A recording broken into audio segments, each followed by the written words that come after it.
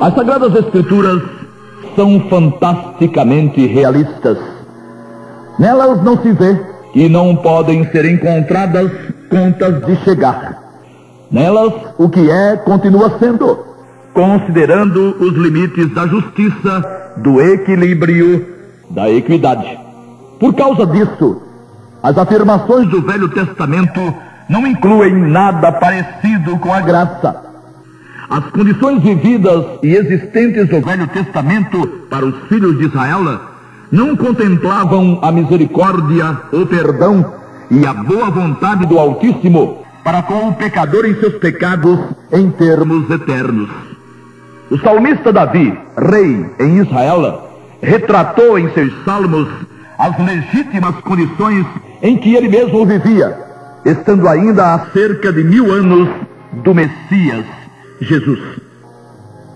No Salmo 15, por exemplo, estampa ele um raio-x da relação entre Deus e o homem, dizendo: Senhor, quem habitará no teu tabernáculo?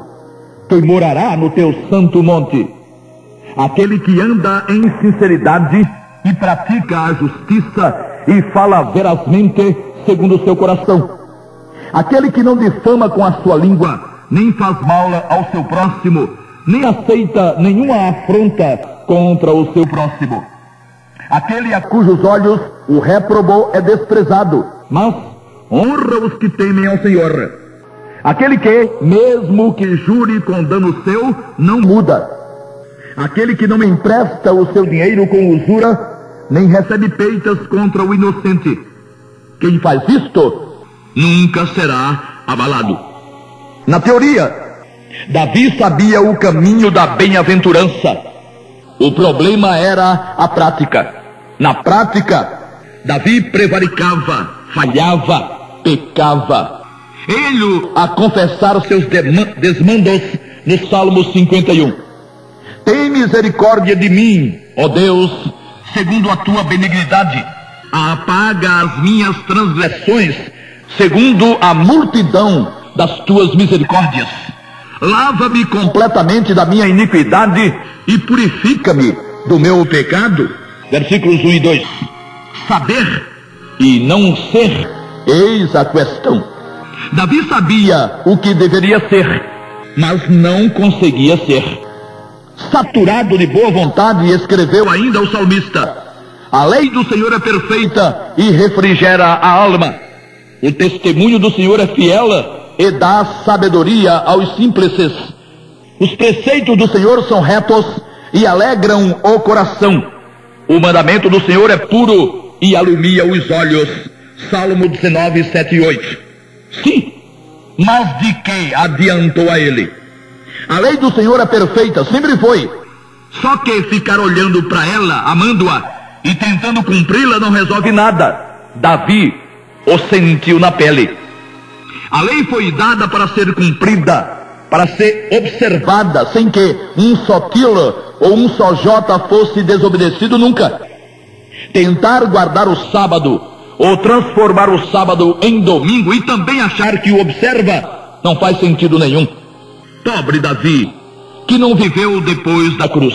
Pobre porquanto, mesmo sendo quem foi, um instrumento de peso nas mãos do Senhor, teve que fazer afirmações e súplicas como as encontradas ainda no Salmo 51. Esconde a tua face dos meus pecados e apaga todas as minhas iniquidades. Não me lances fora da tua presença e não retires de mim o teu Espírito Santo. Torna a dar-me a alegria da tua salvação e sustém-me com um espírito voluntário. Versículos 9, 11 e 12. Que falta fazia a Davi o sangue do Senhor Jesus, derramado mais de 1000 anos depois do rei de Israel. Dependendo do sangue de bodes e de bezerros na lei cerimonial, Davi, transgressor da lei moral, sabia que sua culpa não podia, nem poderia ser banida para sempre, pois os animais, sendo amorais, isto é, não tendo personalidade, consciência e nem vontade, não poderiam ser usados na eliminação total do pecado. Hebreus 10:4. E o pior é que hoje, mais de 1950 anos após a morte do Salvador, muita gente de Bíblia à mão ainda continua fazendo as mesmas reclamações e súplicas de Davi, como se nada houvesse acontecido depois dele. Apaga todas as minhas iniquidades, pediu Davi. Mas como Deus o faria? Lei é lei.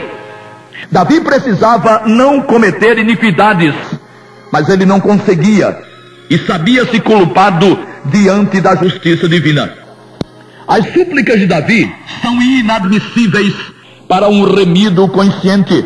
Aliás, são ultrajantes na dispensação da graça, muito embora muita gente dentro da graça, repetimos, as continue dirigindo ao Senhor Deus. Fazer, considerando o sangue do Senhor Jesus, o que era feito considerando o sangue de animais, só para quem não sabe mesmo o que faz. São situações distantes e distintas. Uma lá embaixo, a outra lá em cima, com a cruz no meio. Davi viveu muito tempo antes da cruz, na qual o Senhor Jesus derramou sua vida perfeita. Davi viveu e morreu sem nunca ter sabido o que fosse o selo, nem o penhor, e nem o batismo do e com o Espírito Santo. Essas bênçãos eram impossíveis antes da morte do Salvador. Tudo o que Davi recebeu do Santo Espírito foram unções para desempenhar as tarefas que lhe foram delegadas. Era normal então o posicionamento do salmista e rei de Israel. Não lhe restavam alternativas nem opções. Unções era tudo o que ele tinha do Espírito Santo, mas remidos debaixo do poder e da eficácia do sangue do Salvador, que receberam o selo, o penhor e o batismo com o Espírito Santo, jamais deveriam proceder como o salmista. Não me lances fora da tua presença, suplicou. Uma súplica coerente para ele, Davi.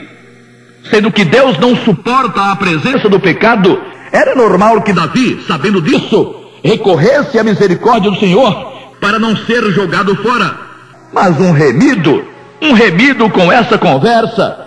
E o que é que ele pensa que o sangue do Senhor Jesus realizou em sua vida? Ou será que Deus emprestou o dom gratuito ao remido? Que nesse caso nem dom seria, e muito menos gratuito. Deixa disso. Que resta no espírito do remido da culpa do pecado? E se restasse, como poderia ele estar remido? O que é isso? Esse pessoal não raciocina mais, não é? O dom gratuito veio completo para o remido. Deus não providenciou nenhum tipo de paliativo, ou de quebra-galho, ou de solução provisória. A situação desesperadora do pecador requeria uma solução perfeita, completa e irretorquível. E cuidem-se os que, mesmo conhecendo as Sagradas Escrituras, principalmente os enunciados do Novo Testamento, vivem com essas conversas de um perdão para cada pecado, da necessidade de obediência à santa, justa e perfeita lei de Deus e da obrigatoriedade de uma tal de perseverança para a salvação. Pois que tais coisas, além de serem uma afronta ao poder e à eficácia do sangue do Filho de Deus, são utópicas. Ninguém jamais obedeceu à lei. Ninguém persevera, ninguém é justo em si mesmo. Tentar, muitos já tentaram e tentam. Conseguir que é bom, ninguém jamais conseguiu e nem conseguirá. O que Davi vivia e dizia não serve para um remido. Ele não era remido. Na carne, ele não alcançou essa bênção, pois morreu mais de 900 anos antes do nascimento do Senhor. Morreu mais de 900 anos antes do nascimento do Senhor. Só na morte do Senhor Jesus, Davi e toda a descendência de Abraão, todos os que haviam morrido debaixo da promessa do Salvador e nela crendo, foram remidos, libertados e transferidos para o paraíso, nos moldes de Efésios 4 e 8, que diz: subindo ao alto, o Senhor levou cativo o cativeiro. Ninguém sobe estando em cima. Jesus subiu porque houvera descido às partes mais baixas da terra, e no Hades pregara aos espíritos em prisão. 1 de Pedro 3:19.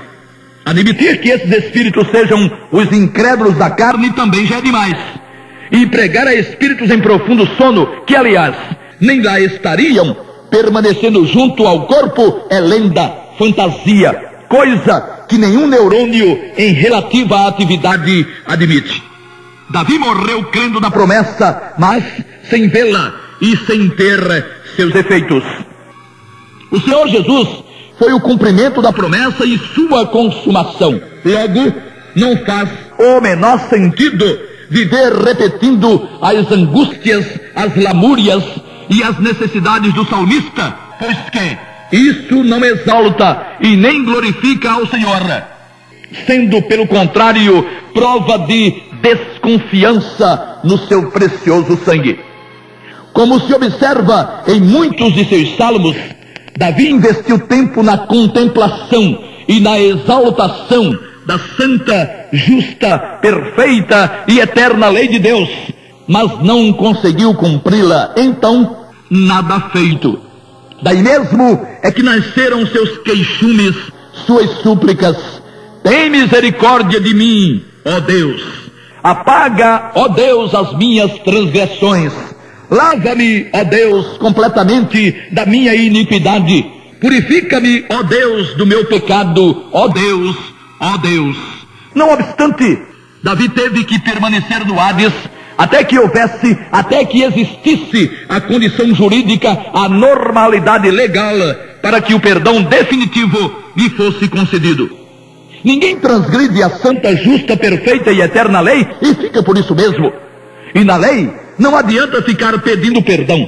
Ao pedir perdão, o peticionário já está admitindo a transgressão do preceito legal. Logo, está admitindo ser culpado.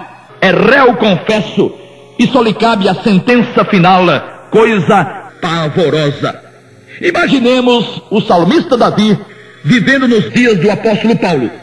Diria ele o que outrora houvera dito, mas de jeito nenhum. Faria, se para tanto fosse usado, como fez o tremendo zelador das coisas da lei, o próprio apóstolo dos gentios. Proclamaria não mais medo, não mais angústia, pois já não os carregaria, estando debaixo do poder do sangue do Salvador, a quem, é claro, teria invocado de forma incontinente, imediata. Afirmaria, tal qual o apóstolo, vibrando com cada afirmação feita e medindo-as uma a uma com as colocações que fora obrigado a proferir nos salmos, debaixo da intransigência da lei, quando suplicava por perdão, o que Paulo jamais fez em nenhuma de suas epístolas.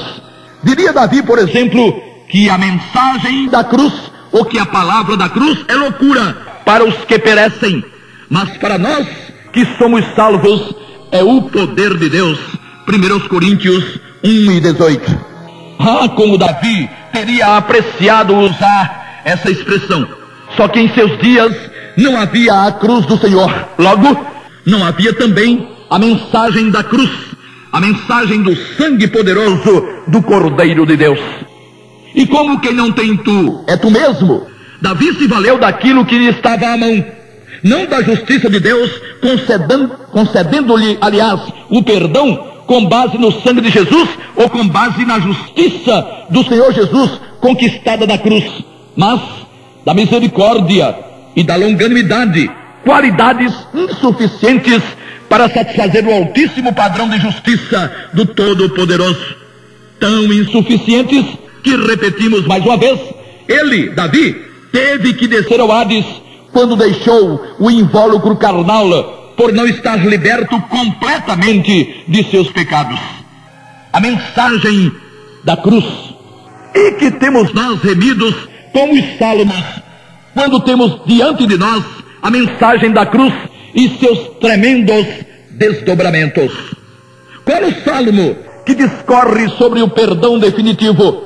sobre a imputação, sobre a substituição, sobre a adoção de filhos, sobre a reconciliação, sobre a justificação, sobre a regeneração e sobre a redenção. Nenhum. Não havia como.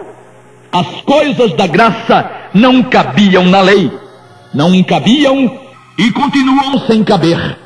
Na graça é oferecida de graça a reconciliação com Deus a qualquer pecador, tenha ele quantos pecados tiver. Na lei, e mesmo em qualquer lei, para o pecador, para o transgressor, estão previstos o castigo, o juízo e a sentença. Nada de benevolência, nada de benefício, nada de misericórdia. Pedir, alguém podia, como salmista. Receber, já seria e é outra conversa. E como um justo não perdoa, pois cabe ao justo fazer e observar a justiça, Deus, em sendo justo, não perdoava e continua sem perdoar, mesmo se o quisesse ou mesmo que o quisesse, pois sua perfeita justiça requeria e requer que a injustiça seja e fosse banida de sua presença. Até que alguém também justo, o Senhor Jesus, se oferecesse espontaneamente, logo de forma justa, pelos injustos. Os injustos estavam destinados ao banimento, ao desterro, às trevas. O Senhor Jesus deu ao Pai, o credor, pois é contra ele que os pecadores pecam, o direito legal de perdoar o pecador ou o pecado de pecadores e mesmo assim continuar justo, o que seria impossível totalmente em outras condições, como na vigência da lei do Velho Testamento. O que Davi diria outra vez, ou melhor, Davi diria outra vez o que disse o apóstolo Paulo: todos pecaram e destituídos estão da glória de Deus, sendo justificados gratuitamente pela sua graça, pela redenção que há em Cristo Jesus, ao qual Deus, ou ao qual Jesus, Deus propôs para propiciação pela fé no seu sangue, para demonstrar a sua justiça pela remissão dos pecados dantes cometidos sob a paciência de Deus, para a demonstração da sua justiça neste tempo presente, para que ele, Deus, seja justo e justificador daquele que tem fé em Jesus. Romanos 3, 23 a 26. Justificação gratuita. Leia aqui, nem antes e nem depois. Como já se viu, não existe justificação na lei. Pecou, perdeu-se. Se alguém precisa de justificação, é porque não é justo. E se não é justo, é injusto. E se é injusto, não pode ter comunhão e nem paz com Deus, a não ser que seja justificado. E para a justificação, só existe uma forma reconhecida por Deus: fé, confiança no sangue do Senhor Jesus. O resto é simplesmente resto, sem valor algum. Quem quiser teimar, aproveite, porque o tempo está findando. A hora do vamos ver está bem ali. Deus, nos termos de sua santa e perfeita justiça, só pode conceder o perdão àquele que confessar a fé, confiança irrestrita no sangue do Senhor Jesus. Existem muitos falando no sangue de Jesus. Falar no sangue de Jesus, até os demônios falam. Depois de 1900 anos, no mundo ocidental, praticamente todos, de forma direta ou indiretamente, falam no sangue do Senhor. Mas quantos invocaram seu nome, movidos por uma profunda confiança nos efeitos de sua morte, quanto às questões eternas? Não muitos. A maioria está aí atrás de benefícios materiais, como cura para os males físicos, solução para problemas familiares, para o desemprego, para a falência econômico-financeira, para a falta de dinheiro, enfim, e vai por aí. Pode até confiar essa maioria no Senhor Jesus, mas como um magistral resolvedor de problemas mil. E levada a usar o poder da mente, a quarta dimensão, ou o pensamento positivo, coisas, aliás, que a nova era tem explorado grandemente, até chega essa maioria a conseguir o que deseja, mas não do Senhor. Em um mundo posto no maligno, que inclusive é o seu Deus, Segundo aos Coríntios 4:4 e 1 de João 5:19, o Todo-Poderoso não haveria de estar agindo na solução de problemas imediatos de toda ordem e por atacado. Todo mundo que sabe que através das intercessões e súplicas em determinadas ocasiões e condições interfere o Senhor. Todavia, nunca, jamais, da forma como se diz por aí. Em um mundo que está para cair nas mãos do Maitreya, do Anticristo, não faria sentido essa enxurrada de bênçãos materiais que muitos alardeiam esteja o Senhor derramando. Mas, voltemos ao salmista. Não se ouve nenhuma citação dos salmos imprecatórios ou com maldições escritos no saltério, que é composto por 5 livros. E por que não? Porque são afirmações violentas que não condizem com o amor e com a graça, mas que eram legítimas nos domínios da lei. Na lei, o castigo vem tal qual a culpa, é o talião, vida por vida, olho por olho, dente por dente, mão por mão, pé por pé. Deuteronômio 19:21. O salmista, por isso, fez as afirmações que ninguém repete, cometendo os que usam os salmos tudo quanto é incoerência e ficando a dever quanto à sinceridade. Quem recita, o Senhor é o meu pastor e nada me faltará, Salmo 23:1, deveria, por amor à verdade, recitar também, referindo-se aos pecadores, o que o mesmo salmista Davi escreveu. Ó Deus, quebra-lhes os dentes das suas bocas, arranca, Senhor, os queixais aos filhos dos leões. Como a lesma que se derrete, assim se vão. Como o aborto de uma mulher, nunca vejam o sol. O justo se alegrará quando vir a vingança. Lavará os seus pés no sangue do ímpio. Põe acima dele um ímpio e Satanás esteja à sua direita. Sejam órfãos os seus filhos e viúva sua mulher. Sejam vagabundos e mendigos os seus filhos, e busquem o seu pão longe das suas habitações assoladas. Salmo 58, 6, 8 e 10, Salmo 108, 6, 9 e 10. E entre outras afirmações chocantes e destituídas de qualquer misericórdia, disse ainda o salmista: a filha de Babilônia, que vais ser assolada. Feliz aquele que te retribuir, consoante nos fizeste a nós. Feliz aquele que pegar teus filhos pequenos e os esmagar contra as pedras. Salmo 137, 8 e 9.